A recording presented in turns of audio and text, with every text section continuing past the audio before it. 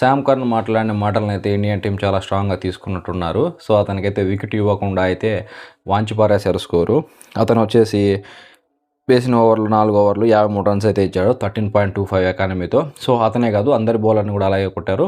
ముఖ్యంగా సామ్సన్ ఆడిన విధానం అయితే చాలా బాగుంది. అతని వల్లనే ఇంత స్కోర్ అయితే చేయగలిగాం. అది కూడా 253. అది ఇంగ్లాండ్ టీం లాంటి బౌలింగ్ మీద. ముఖ్యంగా వాళ్ళ స్పిన్ బౌలర్లు చాలా బౌలింగ్ బాగా చేశారు ఈసారి. కానీ ఇక్కడ ఇబ్బంది ఏంటంటే ఫాస్ట్ బౌలర్లకైతే ఉతికారేశారు మనోళ్ళు. ఇక్కడైతే ఒకసారి మన బ్యాటింగ్ లైనప్ ఎలా ఆడారో చూసుకుందాం. సామ్సన్ వచ్చేసి 89 కొట్టినాడు 42 బాళ్లలో. అది కూడా వచ్చేసి 7 సిక్స్లు 8 ఫోర్లు. చాలా మంచి ఇన్నింగ్స్ ఆడాడు. కాకపోతే సెంచరీ మిస్ చేసుకున్నాడు. అగ్రెషన్ ఎక్కువ చూపించాలనుకున్నాడు. అతనైతే టీం కోసం ఆడాడు. అతను కూడా సెంచరీ చేసుకోవాలని అంటే అప్పటికైతే ఇంకా 7 ఓవర్లు ఉన్నాయి. 13 ఓవర్ల తర్వాత అయితే అతను అవుట్ అయ్యాడు. సో, అక్కడైతే ఈజీగా అతను సెంచరీ చేసుకునేవాడు. కానీ అతనైతే ఇంకా స్కోర్ వేగాన్ని పెంచాలని అయితే అవుట్ అయ్యాడు. Abhishek Sharma as usual file అవుతూనే ఉన్నాడు. ఒక ఓవర్లో 2 ఫోర్లు కొట్టిన తర్వాత సెన్సిబుల్ క్రికెటర్గా ఒక సింగిల్ తీసుకొని అవతలికి వెళ్ళామంటే ఈజీగా ఉంటుంది. కానీ అతను అది చేయలేకపోయి అవుట్ అయితే అయిపోయాడు షాట్ ప్రయత్నించి. అది కూడా విల్ జాక్స్. చూస్తున్నాం కదా స్పిన్నర్లకే వికెట్లు ఇస్తున్నారు. ఇక్కడ అభిషేక్ శర్మ కానీ లేకుండా అంటే ఇషాన్ కిషన్ కానీ. సో, అదే జరిగింది. ఈవెన్ ఇషాన్ కూడా చాలా బాగా ఆడాడు. కానీ అతను కూడా స్పిన్ బౌలర్కి వికెట్ ఇచ్చాడు. 39 కొట్టాడు 18 బాల్స్లో. సో, ఇక్కడ ఒక మంచి మొమెంటం వచ్చిన తర్వాత ఇది అవుట్ అయ్యాడు. అక్కడ వచ్చేసి 4 ఫోర్లు 2 సిక్స్లతో వచ్చేసి మంచిగా నిలబడినప్పుడు కొంచెం బాగా ఆడి అంటే బాగుండేది. కానీ అతనైతే 39 రన్స్ కల్లా అవుట్ అయిపోయాడు. దూబే ఇక్కడ చాలా మంచి ఇన్నింగ్స్ ఆడాడు. ఏమంటే అక్కడ హార్దిక్ పాండ్యా తప్పిదం వల్ల అయితే రన్అట్ అయ్యాడు. కానీ నిజంగా ఇతను చాలా మంచి ఇన్నింగ్స్ ఆడాడు. ఎక్కడ కూడా డాట్ బాల్స్ చేయడం వల్ల అయితే చేయలేదు. 25 బాల్స్ ఫేస్ చేసి 43 కొట్టినాడు. అది కూడా 4 సిక్సెస్ 1 4తో మంచి ఇన్నింగ్స్. ఈ స్కోర్ని వేగాన్ని పెంచడానికి దూబే కూడా ముఖ్య కారణము. సూర్యకుమార్ యాదవ్ వచ్చినప్పుడు నుంచి అట్టా ఆడినాడు. లాస్ట్కి వచ్చేసరికి 6 కొట్టిన తర్వాత నెక్స్ట్ బాల్ వచ్చేసి స్టెంప్ అవుట్ అయిపోయినాడు. మళ్ళీ స్వీప్కు ట్రై చేసి అక్కడ కూడా వచ్చేసి ఆదిల్ రషీద్ వికెట్ తీసింది. సో, స్పిన్నర్లో వికెట్లు తీశారు ఈ మ్యాచ్లో. తర్వాత వచ్చినటువంటి పాండ్యా, తిలక్ వర్మ వీళ్ళైతే అసలు మామూలుగా ఆడలేదు. తిలక్ వర్మ ముఖ్యంగా అయితే ఆర్చర్ కొట్టిన 6లు అయితే హైలైట్ 6లు. అతని బౌలింగ్లోనే బౌల్డ్ అయ్యాడు. కానీ 3 6లు కొట్టినాడు. హైలైట్ ఒకసారి చూడండి మ్యాచ్లో తర్వాత హైలైట్ చేసినప్పుడు చాలా మంచి 6లు కొట్టినాడు.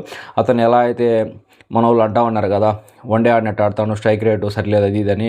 ఇక్కడైతే 333 బాల్ అవుట్ అయినప్పుడు వచ్చేసి 300 స్ట్రైక్ రేట్తో ఆడినాడు. అతను వచ్చేసి 7 బాల్కే 21 కొట్టినాడు. దాంట్లో వచ్చేసి 3 సిక్స్లు ఉన్నాయి. హార్దిక్ పాండ్యా అయితే లాస్ట్ ఓవర్లో చాలా మంచి షాట్లు ఆడినాడు. ఎందుకంటే అప్పుడు ఆల్రెడీ అతను వచ్చేసి దుబేని రన్అట్ చేయించాడు. అది మనసులో ఉంటుంది. స్కోర్ కొట్టలేకపోయినామంటే నెక్స్ట్ కొంచెం ఇబ్బందిగానే ఉంటుంది. సో, ఇక్కడైతే అతను చాలా బాగా ఆడాడు. లాస్ట్ ఓవర్లో 6లు కొట్టినాడు. అక్కడ వచ్చేసి రన్అట్ అయినాడు అతను కూడా లాస్ట్లో. కానీ 12 బాల్లో 27 225 స్ట్రైక్ రేట్తో 2 సిక్స్లు 3 ఫోర్లు. మొత్తం మీద అయితే ఇండియా సూపర్ బ్యాటింగ్ చేసింది. ఇంగ్లాండ్ మీద 253. అది కూడా ఇలాంటి నాకౌట్ గేములు అంటే చాలా మంచి ప్రదర్శన. ఇక్కడైతే ఇంకా మన ఇండియన్ బౌలర్ చేతిలోనే ఉంది. ముఖ్యంగా బౌలర్లు ఎలా వాడుకుంటారనేది సూర్యకుమార్ యాదవ్ చేతిలో ఉంది. ఇక్కడ మళ్ళీ హార్దిక్ పాండ్యాని తెచ్చి బుమ్రా స్టాప్ చేసి బుమ్రాతో స్టార్టింగ్ ఓవర్లో అయిపోయి అంటే ఇబ్బంది అవుతుంది. బట్లరు, ఫిల్ సాల్ట్ వీళ్ళు కూడా మన ఇండియా ప్లేయర్లకి ఏం తక్కువ ఆడే ప్లేయర్లు కాదు. వాళ్ళు కూడా స్కోర్ దగ్గరికి రాగల ప్లేయర్లే. కాకపోతే ఇక్కడ ఎంత తొందరగా వికెట్లు తీసుకుంటామనే దాని మీద అయితే ఆధారపడి ఉంటుంది.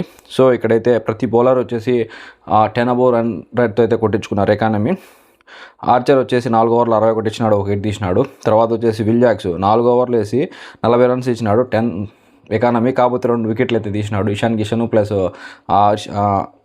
అభిషేక్ శర్మది ఓవర్ 10. మనం అనుకున్నట్టే ఓవర్ 10 తీసుకొచ్చారు. ఇతను వచ్చేసి 3 ఓవర్లు మాత్రమే వేసి 36 రన్స్ ఇచ్చాడు. తర్వాత శ్యామ్ కరణ్ ఇతనికైతే పిచ్చి కొట్టుడు కొట్టినారు. ఒక 4 ఓవర్లోనే 53 కొట్టినారు. అది కూడా 13.25 ఎకానమీతో. ఆదిల్ రషీద్ పర్వాలేదు అనిపించాడు. కొట్టించుకున్నా కానీ వికెట్ అయితే తీశాడు. ఇతను కూడా 10 అబోవ్ ఎకానమీ. తర్వాత ధవాసన్ 1 ఓవర్ వేసి 19 రన్స్ ఇచ్చినాడు. సో, స్టాప్ చేసినారు సాలని. సో, ఈ మ్యాచ్లో సెకండ్ ఇన్నింగ్ ఎలా జరుగుతుందో చూడాలి. ముఖ్యంగా మన బ్యాట్స్మెన్స్ అయితే వాళ్ళ పని వాళ్ళు చేశారు. ఇంకేమన్నా ఉందంటే మన బౌలర్లే. ముఖ్యంగా బౌలర్లు కూడా మంచి ఫామ్లోనే ఉన్నారు. స్పిన్నర్లు కానీ ఫాస్ట్ బౌలర్లు కానీ. ఇక్కడ ఏం లేదు, మంచిగా లైన్ అండ్ లెంత్ బాల్ వేసి తర్వాత వచ్చేసి క్యాచ్లు పట్టుకోవాలి. ఇక్కడ 50 రన్స్ అప్పుడు వచ్చేసి సామ్సన్ ఒక క్యాచ్ ఇచ్చినాడు. అదైతే హ్యారీ బ్రూక్ మిస్ చేసినాడు. డ్రాప్ చేసిన చేతిలో పడింది కూడా అది. అక్కడి నుంచి అయితే అతను మళ్ళీ ఒక 70 సంథింగ్ రన్స్ అయితే కొట్టినాడు.